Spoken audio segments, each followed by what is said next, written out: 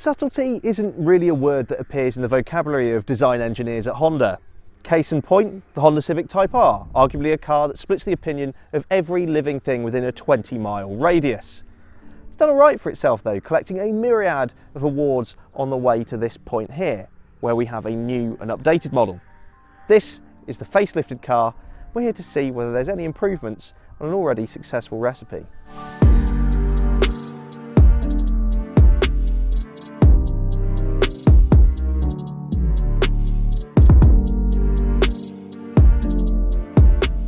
Now do not adjust your sets. I know this looks near identical to the pre-facelift car we did a used video of a few weeks ago, but this is, I promise you, the updated car, and you've got to be a bit of a geek to spot the difference.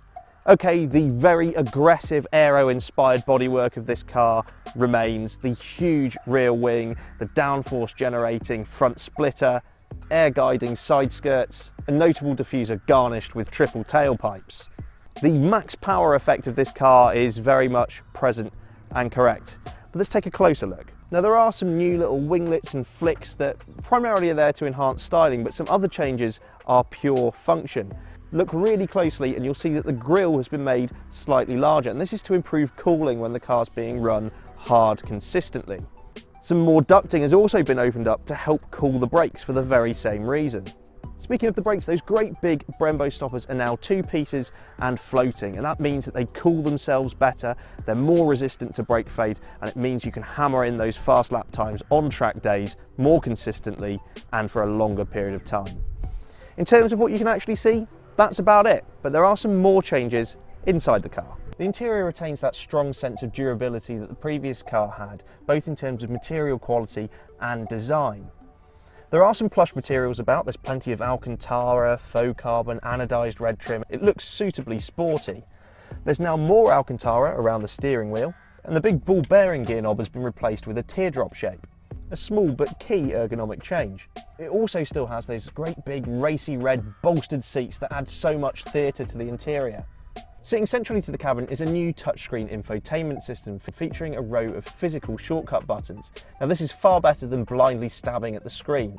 What isn't better is the actual user interface, which still remains arguably one of the worst in a new car today. Its saving grace is that it's compatible with Apple CarPlay and Android Auto.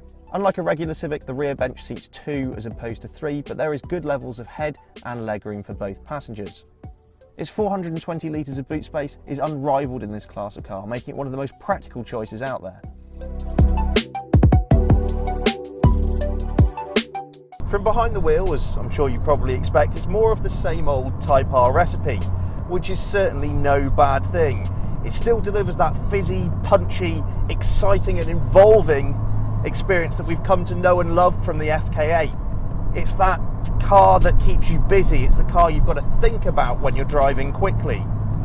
I mean, the 316 brake horsepower, 400 newton meters of torque from that 2-litre turbocharged VTEC, that is unchanged, and it still delivers that really lovely, muscular, torquey delivery low in the rev range, which really slingshots you out of corners. But the most impressive part of this car is how it actually gets through corners. It's so agile. I mean, this car's suspension setup is an absolute masterpiece. As in its sporty modes, body roll is kept to a minimum. There's such confidence and poise to the way that it goes through a corner. And even in greasy conditions like this, I mean, this should be nightmare territory for a powerful front-wheel drive car. But actually, I have so much confidence that it's going to stick exactly where I put it. Of course, it's always going to come up in conversation how this car is front-wheel drive, and many of its rivals have gone all-wheel drive over the years. Has Honda made a mistake? Well, I don't think so. There's strong suggestions that the next Type R will be hybrid and all-wheel drive. But at the moment, they've really worked some magic to make this front-wheel drive powertrain work. Instead of being a big torque-steering mess like the Mini GP that we reviewed the other week, this car is composed. There's still a little bit of torque steer, granted, especially in wet, greasy conditions like this. But overall, it's overcome by a combination of a great limited slip differential and really innovative dual axis suspension that helps combat that tugging of one side to the other. And all in all, it helps you keep on top of it. Now there is an advantage to be had being front wheel drive versus all wheel drive. Okay, you lose out on that initial launch acceleration, but you do gain a weight advantage, front wheel drive being lighter than an all wheel drive package of course. And that's greatly demonstrated between this car and its rivals. This car's agility largely comes down to the fact that the weight is in the right places and there is a lack of it. Less weight means the brakes don't have to work as hard or they're more effective. It also means the engine doesn't have to work as hard or it is more effective. And in this case, it's all of those things. Now, as I've touched on, the car has a series of selectable drive modes. And when you start the car, it immediately starts in sport. That's the default. And Honda engineers say that's exactly where this car belongs. That's its balance. It is an eager performance machine. Why on earth should it start in comfort? And I definitely take their point. And sport is a really good balance. You know, if you're tackling some tough British B roads and you really want to go on the attack, sport has enough suppleness in the suspension, but enough body control, and of course the throttle response that comes with sport mode, to make it a really enjoyable experience. I mean, this car is just an utter joy.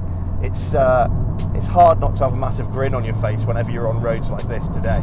You know, a 0 to 62 time of 5.7 seconds and a top speed of 169 miles per hour, it's not bad for a car that you can put a dog in the boot and take the kids to school in, is it? I absolutely adore this new manual counterweighted gearbox, because the previous one was fantastic, a really joyous thing to use. But this one with the counterweighting is even more precise, and it's just such a mechanically indulgent thing to use consistently. Every shift super precise, just feels really great in the palm of your hand. The new teardrop gear lever obviously aiding with the ergonomics of that, but just from an involvement standpoint, having a Type R as a manual only, I think really shows Honda engineers' intent behind this car. It is a car to be driven, it is a car to be involved with, and that is one of the best manual gearboxes out there, bar none, at any price point. Flick the switch down and you'll enter comfort mode, and this is where for the facelift car some of the changes really start to come into their own. So the parameters of this setting have been changed as well. So not only is the throttle responsiveness dulled down for stuff like town driving, but you also get a little bit more compliance with the suspension. The dampers are softer, but they're also more responsive to change as well. So that means once you're up to speed and you're going over high frequency bumps, there's less of that vibration, less of that translating into the cabin. It's noticeable when you drive the cars back to back. It's still, I suppose, firm in the grand scheme of things, but it's far from uncomfortable. And it's an improvement over the previous car.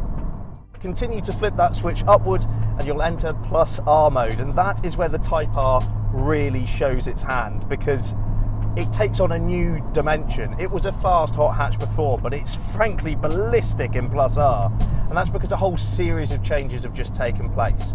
The dampers now absolutely at their stiffest, throttle mapping, maximum attack, steering has really lovely precise weighting to it now, but more importantly, a new torque map has been implemented to the engine.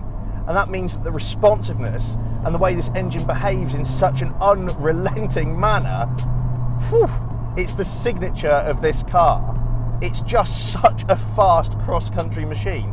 And as I said before, on these Continental tyres, even in cold, slippery conditions like this, I have utter faith in what that chassis is doing beneath me. There's a lot of driver communication coming through sort of the seat of your pants. You can feel it move. The steering may be a little devoid of feel in the grand scheme of things, but I think we say that about all new cars these days. It's certainly much better than many of its rivals.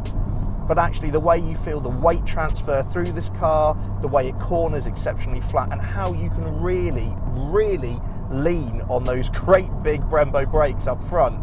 Oh, it's a confidence-inspiring machine that just urges you to drive it hard. For me, this car really ticks the boxes because it's not about a clever all-wheel drive system managing grip for you or silly car park drift modes. It's you, a capable platform, and the environment that you face together, and that is what driving is all about. I feel so plumbed into the car. I feel like I'm rewarded for driving it hard. And I know that whenever I successfully execute a series of apexes through twisting, winding country roads, that it was me.